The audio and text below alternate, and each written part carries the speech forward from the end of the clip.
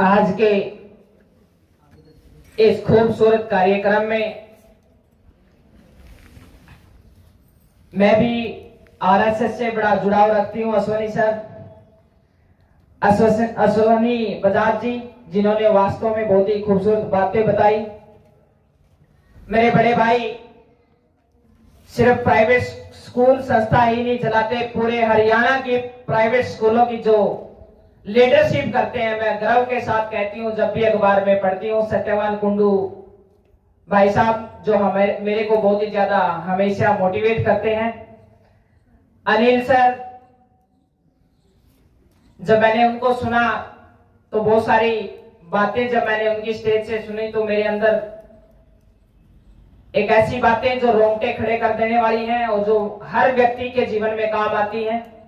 प्रदीप राजली भाई जो एक युवा हैं और हमेशा बहुत अच्छे कार्य करते रहते हैं समाज के हित में। कुलदीप जुगलान जी, संदीप सर राजली, रामवीर जी गुराना, मेरे छोटे बहन भाई और पूरे स्कूल को बड़ी मेहनत और लगन से इस बगिया को जो सजाए हुए हैं, पूरे स्टाफ को मैं प्रणाम करती हूँ, नमस्कार करती हूँ।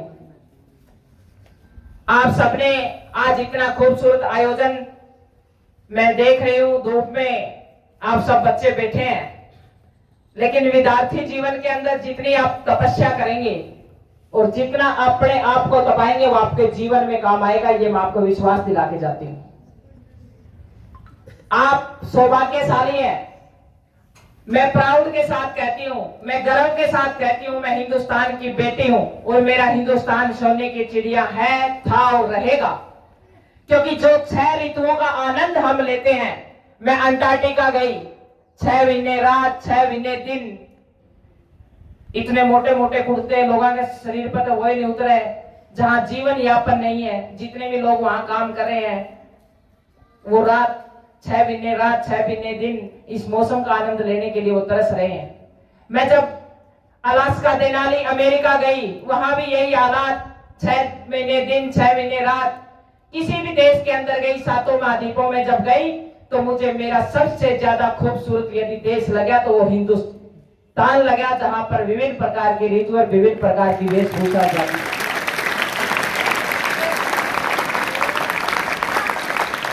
सबसे बड़ी गर्व की बात मुझे महसूस होती है, मेरे हिंदुस्तान में भाईचारा हमेशा था, है, रहेगा। यहाँ पर कभी भी कोई जातिवाद का मैं वो नहीं कहूंगी, क्योंकि मैं तो मेरे गांव के अंदर शायद भाई साहब बैठे हैं। मेरा गांव वैसे तो आज पूरे हिंदुस्तान की बेटी होने का सौभाग्य प्राप्त हुआ, लेकिन मेरा गांव फरीदपुर है। मेरे दादा, मेरे चाचा, मेरे ताऊ, मेरे माँ बाप ने मेरे को एक ही बात सिखाई है, ये तेरा दादा है, ये तेरा चाचा है, ये तेरा ताऊ है। मुझे नहीं पता मेरे गांव में कितनी जातियां हैं, कितने धर्म है। मेरे गांव में मेरे को ये पता है, ये मेरे दादे हैं, मेरे चाचे हैं, मेरे ताऊ हैं। ये मेरे घर में मुझे सिखाया गया है।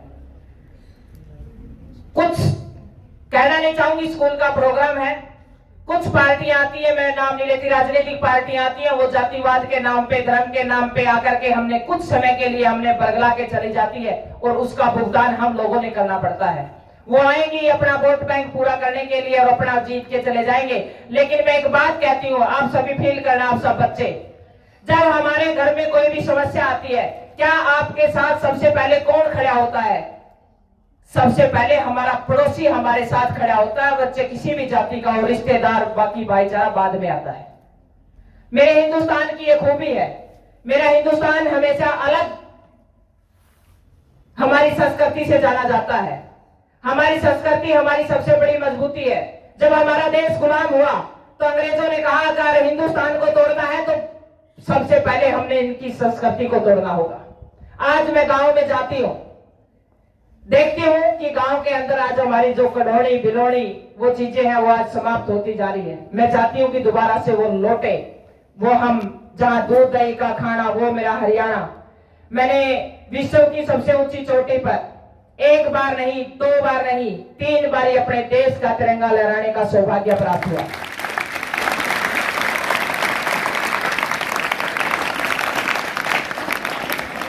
जब मैंने अपने गेम की शुरुआत की तो मेरे जितने भी साथी थे, जितने भी सारे क्लाइंबर फॉरनर थे, बाहर के लोग ज्यादा क्लाइंबिंग करते हैं, क्योंकि हमारे देश के लोग ज्यादातर कबड्डी खेलते हैं, खो खो खेलते हैं, कुश्ती खेलते हैं। जब मैंने इस एडवेंचर की शुरुआत की और मैंने अपने साथियों को बताया, मेरी इतनी इंसल्ट की थी और इतना मजाक किया था कि क्या कह रही है अनीता, पता नहीं किस उसकी बात कर रही है। क्योंकि जब हमारे बच्चे कोई नए से सपने लेते हैं ना, तो हमारे परिवार के आसपास के लोग उसका मजाक उड़ाते हैं। वो मेरा मजाक उड़ा रहे थे। मैं उनको एक बात कह रही थी, आप इस बात को नोट कर लेना, मैं सिर्फ एक बार ही एवरेस्ट नहीं करूंगी। उस एवरेस्ट के दो रास्ते हैं, चाइना और नेपाल, और आप लोगों को बता देती हूँ, मैं दोनों साइड से जाकर के अपने देश का तिरंगा लहराऊंगी। उन्होंने मेरा मजाक किया, पता नहीं क्या क्या बोला, लेकिन मैं एक ही बात कहना चाहती हूँ, मेरे छोटे बहन भाई बैठे हैं यहाँ पे, कोई मायने नहीं रखता कि आपके आसपास के लोग आपके बारे में क्या सोच रहे हैं। एक व्यक्ति से पूछने की जरूरत है। आप जब भी कोई निर्णय ले, आंख मीच के अपने अंदर वाले से पूछना कि क्या जो निर्णय मैं ले रहा हूं इसके ऊपर मेरा 100% विश्वास है या ना है। यदि आपके अंदर से आवाज आती है कि मुझे ये काम करना चाहिए, तो आप उसके ऊपर अपनी 100% एनर्जी लगा दें।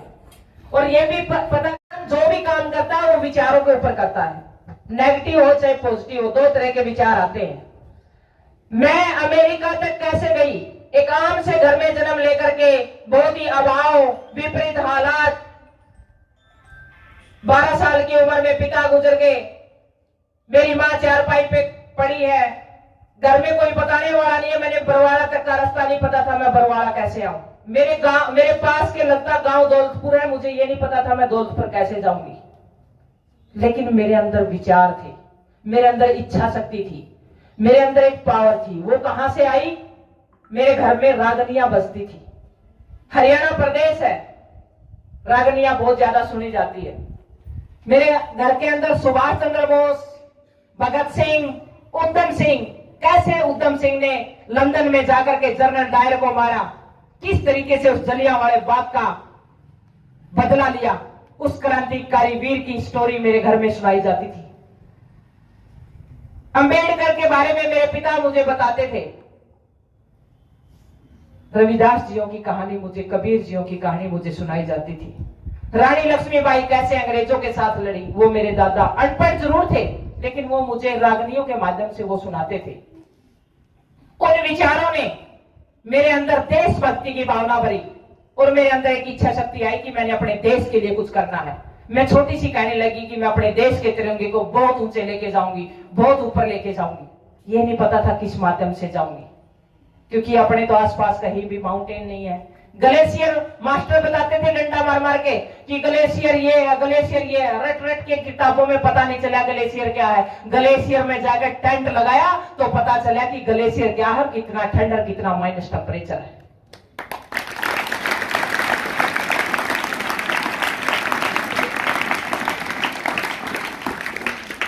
एक किसान की बेटी और मजदूर की बेटी उस संघर्ष को भी जानती हूं कि एक किसान, बहुत सारे बच्चे, बहुत सारे युवा, बहुत सारे समाज के चाचे ताऊ मुझसे पूछ लेते कि अनीता बेटा इतनी ऊर्जा कहां से लेके आती हो। मैं बड़ी हंसके से, इतनी प्रेरणा कहां से लेती हो, इतनी मोटिवेशन कहां से लेती हो, हमेशा ऊर्जा में भरी रहती हो, कहां से सीखती हो, ये प्रेरणा कहां से मिलती है। मैं बड़ी हंस के उनको जवाब देती हूं कि किसान की बेटी हूं, मजदूर की बेटी हूं। जब मेरे पिता खेत में जाते थे और मेहनत करके बड़ी मुश्किल से अन्न बो करके आते थे और ये परमात्मा, ये नीले अंबर वाला बारिश कर देता था, फसल इतनी बारिश हो जाती थी कि फसल करंट हो जाती थी। शायद करंट शब्द आप समझ नहीं पाए। उसके बाद फसल नहीं होती थी। अगर 2-3 दिन के बाद बारिश हो जाए हफ्ता भर में तो फसल नहीं उगेगी। और वो फिर मायूस होकर के चूल्हे के पास बैठ के मेरी मां के पास और नु कहता भगवान इब यू बीज गढ़ते लियाऊंगा, इतना महंगा बीज लिया के बोया था, एक दोबारा क्यों कर बो के आऊंगा। और फिर मेरी मां मेरे बाबू का हौसला बढ़ाया कर दी, कहती उठ बोले जा, कोई बात नहीं, लाभ हानि तो लगे हुए हैं, टोटे नफे तो अब जाके न बढ़िया के बीज लिया, फिर खेत में बोया, यू परमात्मा फिर बरसेगा, फिर परमात्मा सूत्रे दिन देगा, फिर फसल लहराएगी और फिर तू उन फसला न काटन चाहिए परमात्मा मराना, इसे न बोए है तो इसे न काटे तो यही बोगा। वो मेरी माँ उनका हौसला बढ़ाती थी। उन हालातों को, उन विपरीत चुनौतियों को देखते हुए, उन सब कंडीशन को देखते हुए मैं बड़ी हुई। और मैं हमेशा कहती हूं कि मेरे माँ बाप से बड़ा मेरे लिए कोई और आइकॉन हो ही नहीं सकता। मेरे माँ बाप मेरे सबसे बड़े आइकॉन है।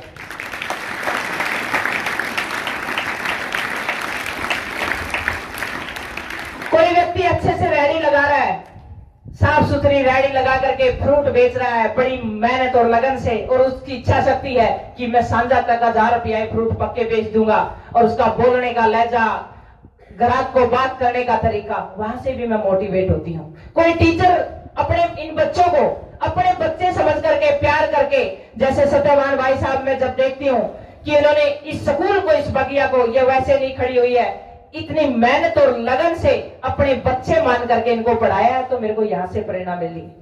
आज अनिल सर बता रहे थे स्टेज से, इतनी लगन की, इतनी अच्छे से बता रहे थे जैसे अपने स्कूल के बच्चों को समझा रहे हैं, मुझे प्रेरणा वहां से मिली। कोई माँ अपने बच्चे को बड़े प्यार के साथ, दुलार के साथ उसको पूरा दिन, जब मैं उसकी दिनचर्या को देखती हूँ तो मुझे वहां से प्रेरणा मिलती है। मेरा कहने का भाव यही है, एक व्यक्ति से हम प्रेरित नहीं होते, आपके आसपास समाज में जितने भी व्यक्ति एक्टिव तरीके से काम करते हैं, आप सबने वहां से प्रेरणा लेनी चाहिए। आपके टीचर भी आपके लिए प्रेरणा का काम करते हैं। मैंने अपने जीवन की जर्नी शुरू की। मैं हमेशा एक बात सोचती थी कि मेरे गांव के अंदर मेरे नाम से मेरे गांव के अंदर पत्थर लगा होना चाहिए कि मैंने वो काम किया है, मैंने देश के लिए वो काम किया है। आज मुझे बड़ा अच्छा होता है जब मेरे गांव के अंदर एंट्री होती है। मैं धन्यवाद करना चाहती हूँ हरियाणा सरकार का, जिन्होंने गांव गांव में जाकर के गौरव पट लगाए। उस गौरव पट के ऊपर सबसे पहला नाम मेरा लिखा हुआ है। मुझे बड़ी खुशी होती है, मुझे बड़ा अच्छा लगता है।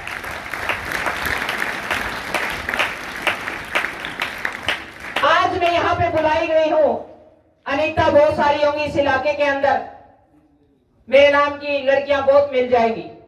आज यहां मुझे नहीं बुलाया गया, आज यहां पर मेरे संघर्ष को बुलाया गया, मेरी मेहनत को बुलाया गया है। मैं अपने छोटे बहन भाइयों को एक ही बात कहना चाहती हूं कि आप किस घर में आपका जन्म हुआ है, आज आपकी क्या परिस्थिति है, क्या हालात है, आपके पास खाने के लिए रोटी है या ना है, आपके पास कपड़े है या ना है, कोई मायने नहीं रखता।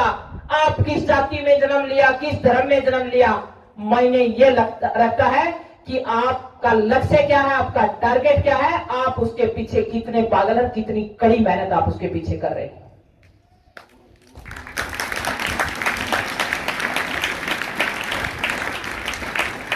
सबसे पहले विचार मेरे दिमाग में, एवरेस्ट करने का विचार सबसे पहले कहां आया? सबसे पहले मेरे दिमाग में आया।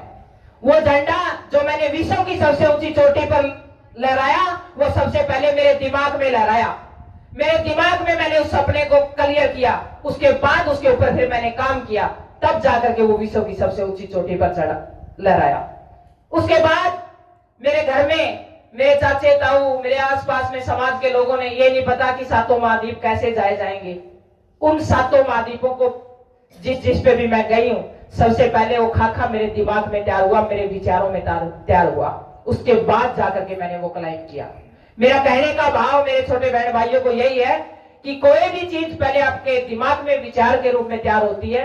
आज आप जो विचार बनाएंगे और आपका इंटरेस्ट किस चीज में है, आपको अच्छा कहां लगता है, आपको खुशी कहां से मिलती है, आप उस काम को कीजिए। अगर आप अच्छे एक्टर बनना चाहते हैं तो आप एक्टिंग पे काम कीजिए। अगर आप अच्छे स्पोर्ट्स पर्सन बनना चाहते हैं तो स्पोर्ट्स पे काम कीजिए। अगर आप चाहते हैं कि अच्छे टीचर बनना है तो आप पढ़ाई कीजिए। अगर आप चाहते हैं अच्छे IAS IPS करना, आप पढ़ाई कीजिए। लेकिन एक बात जरूर कहूंगी, आप किसी भी फील्ड में जाएं लेकिन पढ़ाई जरूर कीजिए। पढ़ाई आपको, किताबें आपकी सबसे अच्छी साथी हैं। किताबें आपको जीवन में, जब आप बिल्कुल अंधकार में होते हो, आपको लग रहा है कि कहीं से भी कोई रास्ता दिखाई नहीं दे रहा, तो वो सबसे ज्यादा, सबसे बढ़िया आपकी जो दोस्त बनेगी वो किताबें बनेगी, जो आपको अच्छे से रास्ता दिखा पाएंगी। किसी इंसान से पूछोगे वो शायद रास्ता गलत बता दे, किसी व्यक्ति से आप राय लोगे शायद वो गलत बता दे, लेकिन किताबें आपको बहुत अच्छे से मार्गदर्शन करेंगी। किताबों से जुड़िए। आपके पास एक बस्ता है छोटा सा, ये आपकी जिंदगी को बदल सकता है, ये आपके जीवन की दशा और दिशा दोनों को बदल सकता है। ये आपके ऊपर डिपेंड है। आज मैं किसी बच्चे से मिली थी, अभी पीछे एक स्कूल में थी। एक छोटा सा बच्चा मेरी गाड़ी के पास आके रुका और मैंने उससे प्यार से पूछ लिया, वो बोलना चाह रहा था, मैंने पूछ लिया क्योंकि मेरा लगाव बहुत ज्यादा है समाज के प्रति। मैंने ठोकरें खा खा करके जीवन में मैं भी चाहती थी मुझे कोई गोद में प्यार करे। मेरे पिता के जाने के बाद मैं चाहती थी कोई मेरी भावनाओं को समझे, कोई मैं जो करना चाहती हूँ उसको कोई उड़ान देने वाला मिल जाए। और जब मुझे बच्चे दिखाई देते तो मेरे को मेरी अपनी तस्वीर दिखाई दे जाती है और उस बच्चे की फीलिंग को, भावनाओं को मैं बहुत अच्छे से समझ जाती हूँ। एक बच्चा मेरी गाड़ी के पास आया और मैंने उससे प्यार से पूछा कि आपका नाम क्या है, तो उसने बताया मेरा नाम गौरव है। मैंने कहा आप इतने भावुक क्यों हो रहे हो, आपकी फैमिली में कौन कौन है? उसने बताया मेरे पिता शराबी हैं और मेरी माँ अपाहिज है, 100% अपाहिज है और मैं पढ़ना चाहता हूँ। और उसकी आंखें लबालब। मैंने मेरा नंबर दिया और मैं गाड़ी में बैठी और मैंने उसको बोला कि मम्मी को बोलना मेरे से बात करे। 10 मिनट में वो बच्चा घर पे चला गया। 10 मिनट के बाद मेरे फोन की घंटी बजती है और उसकी मम्मी बड़ी खुशी के साथ मेरे से बात करती है और मैंने कहा कि मैं घर पे आऊंगी और इसका पढ़ाने की जिम्मेवारी मैं लेती हूँ, इस बच्चे को हम पढ़ाएंगे, ये दायित्व हमारा बढ़ता है।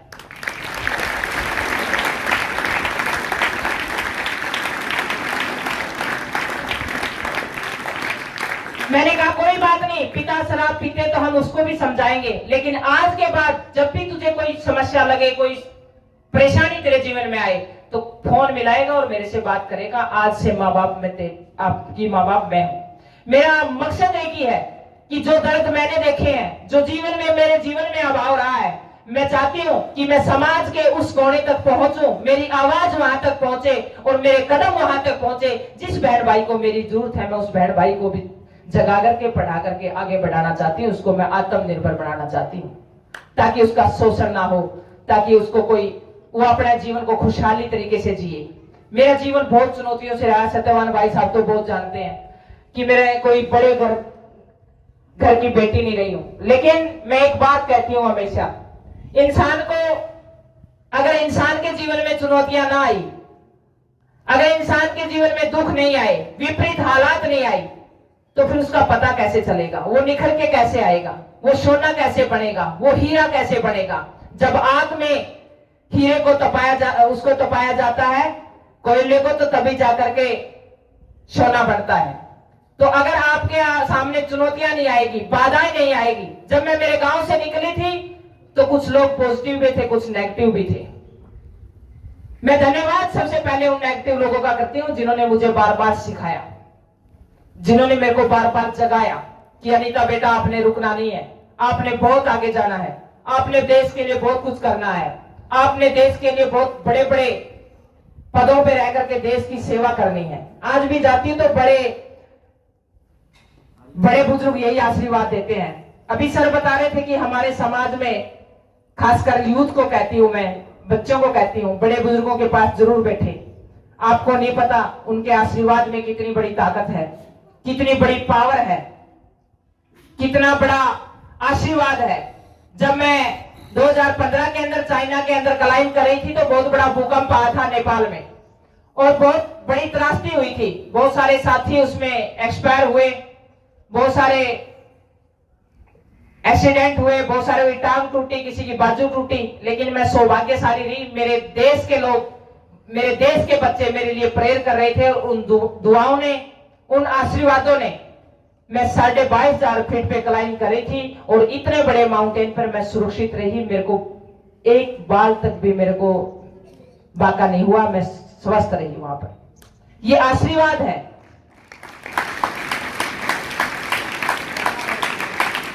मैं इतना ही कहना चाहूंगी आप सभी को कि अपने जीवन में अच्छी संगत में बैठिए, अच्छे लोगों के शरण में रहिए और जहां आप जाना चाहते हो आपसे बड़े लोगों में बैठिए, जो आप बनना चाहते हो।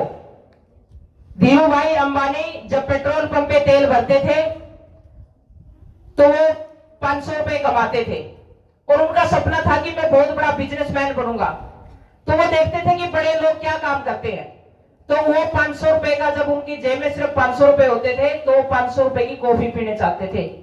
वो इसलिए नहीं जाते थे कॉफी पीने के लिए कि मेरे को कॉफी का आनंद लेना है, वो इसलिए जाते थे कि ये बड़े लोग जो 500 रुपए की कॉफी पी रहे हैं, ये बड़े लोग बात क्या करते हैं, इनके क्या क्या बतलाते हैं इतनी देर बैठ के, वो बात सुनने के लिए जाते थे। इसलिए वो धीरू भाई अंबानी बने, इसलिए वो सफल बिजनेसमैन बने। तो मैं आप सभी छोटे बहन भाइयों को ढेर सारी शुभकामनाएं देती हूँ। जीवन में जितनी चुनौतियां आए, हर रोज जब भी चुनौती आए, तो आप उनका दिल से धन्यवाद भी करना, स्वागत भी करना कि आज हे परमात्मा, आपने एक मेरे को समस्या दी है, मैं इसका समाधान निकालूंगा, और जब मैं इसका समाधान निकालूंगा तो मैं एक अच्छा टीचर बनूंगा, एक सफल इंसान बनूंगा इनको सीखते हुए। तो आप सभी को मैं एक बार फिर बहुत बहुत बधाई देती हूँ, शुभकामनाएं देती हूँ। जय हिंद, जय भारत।